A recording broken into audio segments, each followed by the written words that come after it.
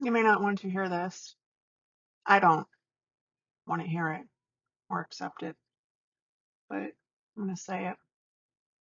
Sometimes siblings become estranged, not because they don't love each other, but because the trauma they survived shaped them in completely different ways.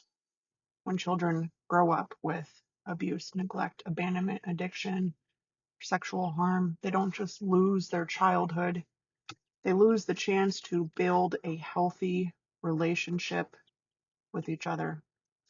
Trauma does not impact every child the same. One child might become hyper-aware, analytical, and emotionally introspective. Another might become overwhelmed, reactive, or developmentally frozen. And when one sibling can process pain while the other cannot, the relationship becomes a battlefield of mismatched coping. In my case, I grew up trying to be the caregiver. My older sister was developmentally, mentally disabled. Right now, at her age, 43-ish, I think she's maybe at like a third grade level mentally. And I tried to protect her. I tried to help her. I tried to be the buffer between her and the chaos. But trauma doesn't care about birth order. It doesn't care about intentions. It doesn't care about loyalty. It shaped us differently.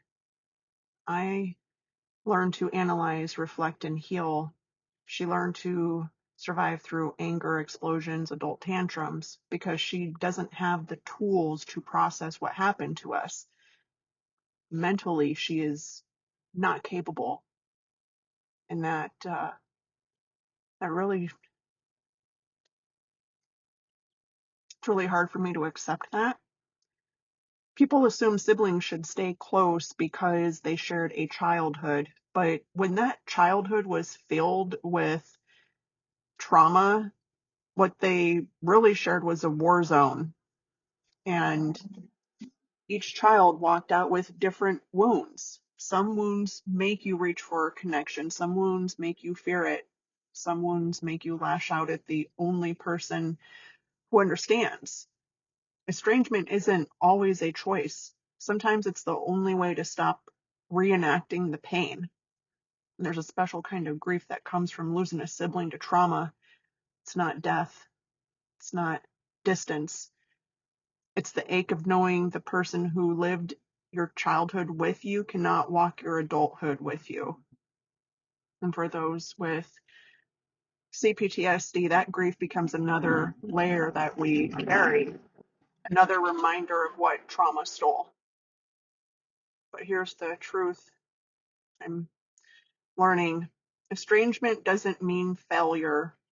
It doesn't mean you didn't try. It doesn't mean you don't love them.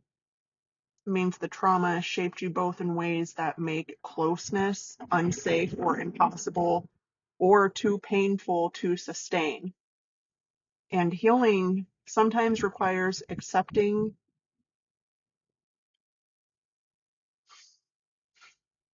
that the relationship you wanted isn't the relationship that exists.